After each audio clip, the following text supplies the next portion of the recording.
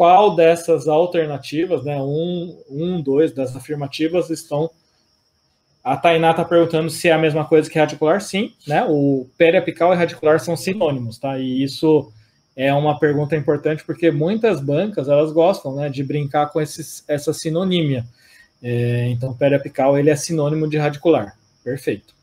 Por isso que eu até, quando a gente estava falando de cistos, né, cisto dentígero, eu falei que outro nome possível do cisto dentígero, por exemplo, era um cisto folicular, porque às vezes, né, pode ser que ele não coloque cisto dentígero, coloque cisto folicular, e aí atrapalharia muito a gente, né, na resposta, né. Vamos para essa pergunta, qual dessas afirmativas está correta? E a referência que vocês vão usar para estudar, sem dúvida nenhuma, é o livro do professor Neville ou Neville, tá? Porque a banca, o EPB, ela usa essa referência. Então, não tem por que usar outra referência. E quando for estudar, vai estudar cistos, vai estudar patologia óssea, estuda cisto, o livro do professor Neville, tá bom? Essa já é uma questão um pouquinho mais complicada, né? Não é uma questão... A Débora está perguntando se os cistos podem causar reabsorção. Você lembra que o dentígero, eu falei que poderia causar reabsorção radicular? Sim, né? Então, pode causar. Reabsorção óssea também, né? Pode causar uma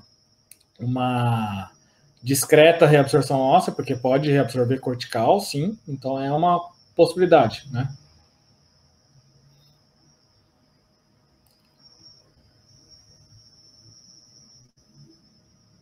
Dois e três.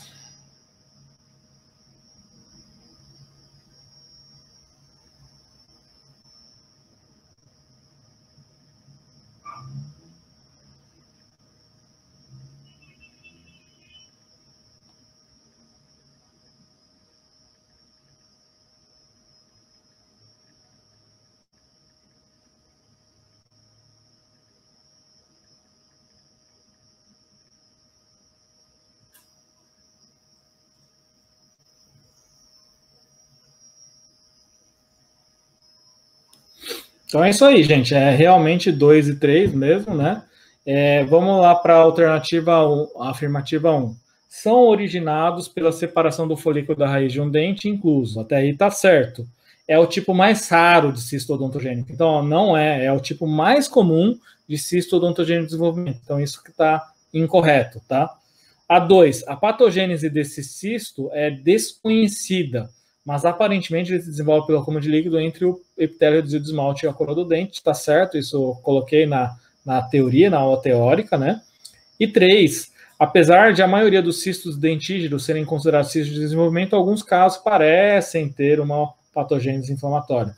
Então, isso está no livro do professor Neville, isso eu coloquei na parte teórica, e é justamente para mostrar para vocês como que a gente estuda. Eu usei as questões para incrementar a parte teórica. Então, por exemplo, quando eu vou dar aula de cisto, raramente eu falo dessa questão, né, de cisto dentígero, que ele tem essa... É considerado um cisto de desenvolvimento, e isso eu sempre falo na aula, mas eu não falo dessa questão, né, dessa questão de alguns casos parece ter uma patogênese inflamatória. Mas como a banca questionou a respeito, né, falou, né, afirmou que alguns casos parecem ter patogênese inflamatória, e isso está lá no livro do professor Neville, eu coloco durante a minha apresentação, durante a minha parte teórica, esses detalhes, porque isso pode ser, foi perguntado uma vez em Soledade, mas pode ser perguntado no concurso de Campina Grande também, sem dúvida nenhuma. A Rose também está colocando bem, né? Folículo da raiz, né? Folículo pericoronário é melhor, né? Folículo da coroa é melhor. Bem colocado, Rose. Bem observado. A Isabel está perguntando uma pergunta que eu não sei, tá? Eu não sei essa resposta. O cisto dentígeno não achado da displasia cleidocraniana?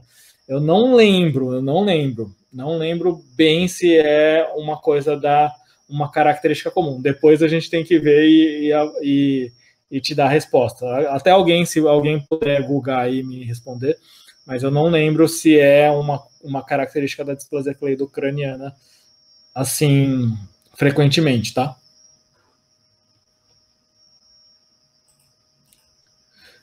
Então, realmente, é a 2 e 3 que estão corretas, tá?